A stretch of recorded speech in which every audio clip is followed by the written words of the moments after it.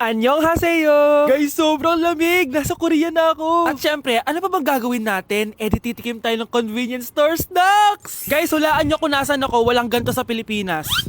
First time ko makakatikim ng mga pagkain sa convenience store dito sa Korea. Grabe, sobrang dami din pagpipilian dito. Guys, ito daw yung kinakain ni Jungkook sa live niya, so tikman natin kung masarap. Guys, simula bata daw si Jungkook, ito yung favorite niyang iniinom, so tikman din natin. Hala, si Jungkook! Akala ko na hospital ka. Resurrection, ang muling pagkabuhay. Annyeonghaseyo! Hala ka, may Korean guys, oh. May mga hotdog din, no? Tikman natin yung mga hotdog nila kung masarap. Guys, may nakita ako, matcha siya na pandesal, tas may ulam siya sa loob. Tikman natin kung ano lasa.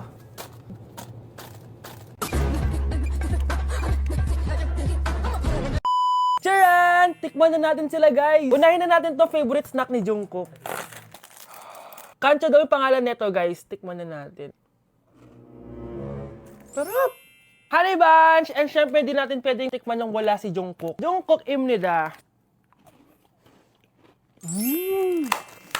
Gets ko na kung bakit favorite ni Jungkook. Ang sarap na, guys! May kinuha si Honey Bunch kanina pero parang ang sarap, oh. So, tikman din natin. Ito yung tsura niya. Parang sarap. Manghang. Masarap siya. 7.5 out of 10. May mas masarap pa sa iba. So, inom muna tayo. Tikman natin to favorite drink ni Jungkook. Lasang banana. Pero hindi siya masyadong matamis, which is I like. 8.5 out of 10 to sa akin. So, next naman natin tong hotdog.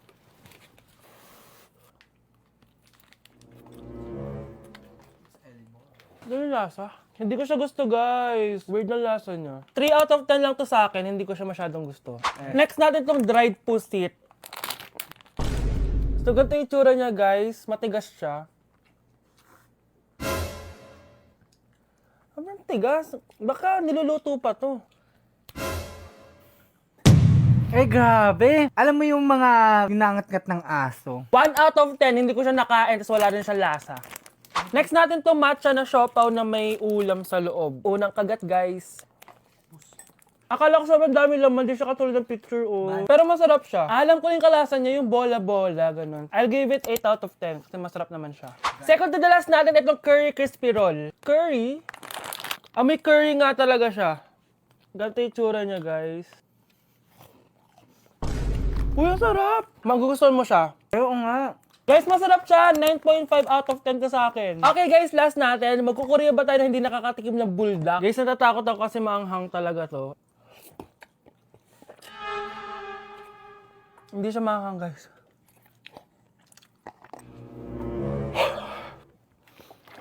Bibigyan ko to ng 8 out of 10. Masarap naman siya kasi sobrang anghang niya. So, yun lang naman, guys. Kung gusto nyo ng part 2, mag-comment lang kayo dyan at gagawin natin yan. So, bye-bye! OMG! Grabe yung baha, oh! For sure, marami naman nakurakot si Dad. Paldo! Oh, Cheska, ba't ang aga mo? Di ba traffic kasi baha? Ay, opo ma'am, baha nga po eh. Kaya pinag-helicopter na ako ni Daddy para safe ako. Kawawa nga po yung mga tao eh. Wow, sana all. Ah, yes Daddy? Opo, nandito na po ako sa school. Yung baon kong 1 million ha, send mo na. Ha? 1 million yung baon niya? No! Binasa mo yung Chanel bag ko! Sorry, Cheska. Alam mo ba kung magkano to, ha? 600,000 to! Mas mahal pa to sa bahay nyo! Napakamahal naman yan. Whatever. Papabili na lang ulit ako. Salamat ka, mabait ako. Nahiya naman tong 300 peso ng bag ko. Be, tara sa kantin. Nag-crave ako ng siomay tsaka ng kwek-kwek. Tara. Pwede bang sa Wolfgang na lang tayo mag-lunch? Hindi kasi ako sanay sa mumurahing pagkain. Be, anong kala mo sa akin? Anak ng CEO? Ano ba yan? Hindi ba kayo binibigyan ng allowance ng daddy nyo? Ako na nga lang. Hindi ka naman ganyan dati. Okay, class. Si Cheska na ang bago nating treasurer. Ma'am, wag si Cheska. Kukurakutin niya lang yung class funds natin. Parang tatay niya.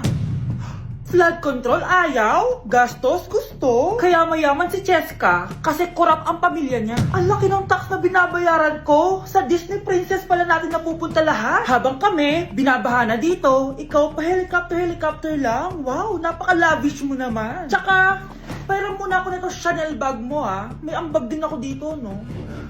Hindi kami titigil hanggat walang nakukulong. Deserve niyong magdusa. Ayun na, bilisan mo! Hala, dugo ba yung pinampunas niya sa mukha niya? Anak, tignan mo to, oh! Ano yun, Nay? Ha?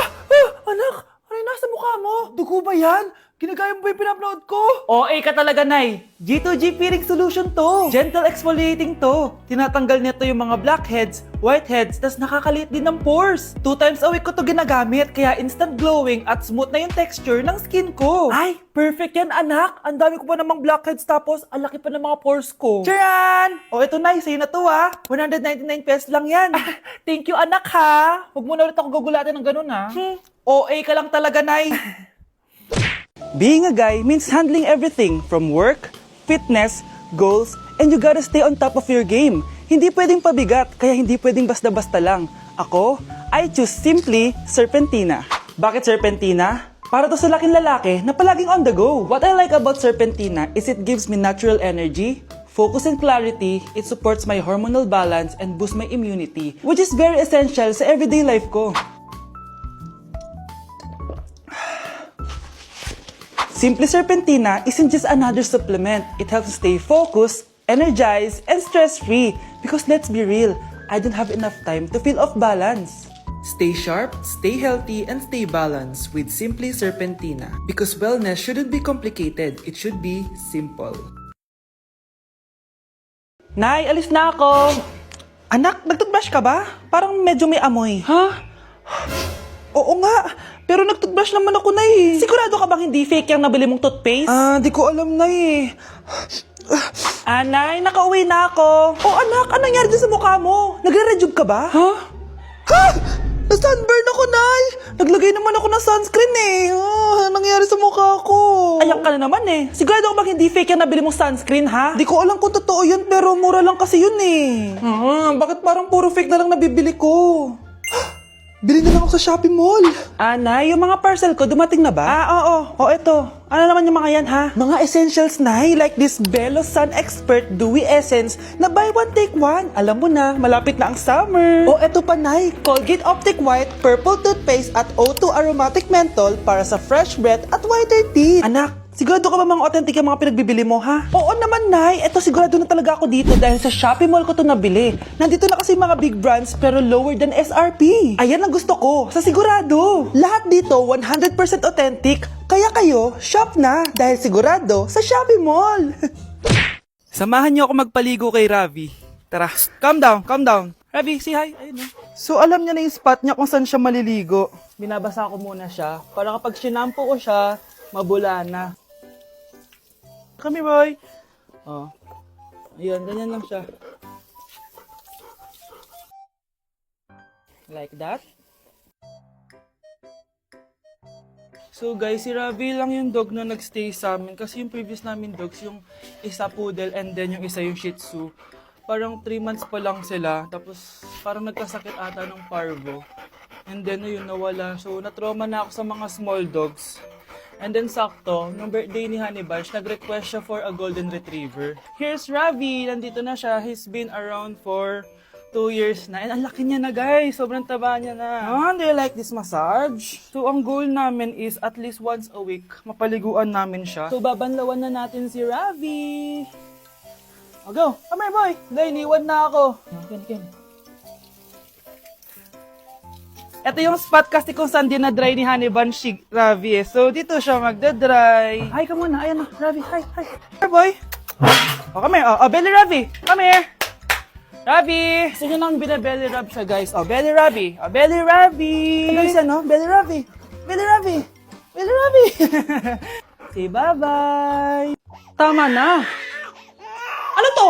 Para na namang ulam? Mahal, pangako bukas may kakainin na tayo. Sinabi mo rin yan kahapon. Paano tong anak natin, ha? Paano natin ito bubuhayin? Mahal, please. Magtulungan tayo. Makakaahon din tayo dito. Ayoko na. O ito, ikaw na maghalaga niyan. Mahal, please. Huwag mo naman kaming iwan. Babalik na ako sa dati kong buhay. Sa buhay na nakakain ako na masarap. Sa buhay na nakakapag-party ako.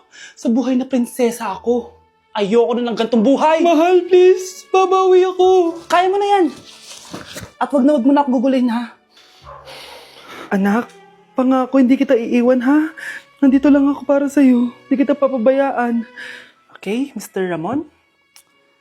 Ma'am, tanggap na po ba ako sa trabaho? Sorry sir. Based sa resume mo, hindi ka pala nakapagtapos ng college. Ang hanap po namin is college graduate.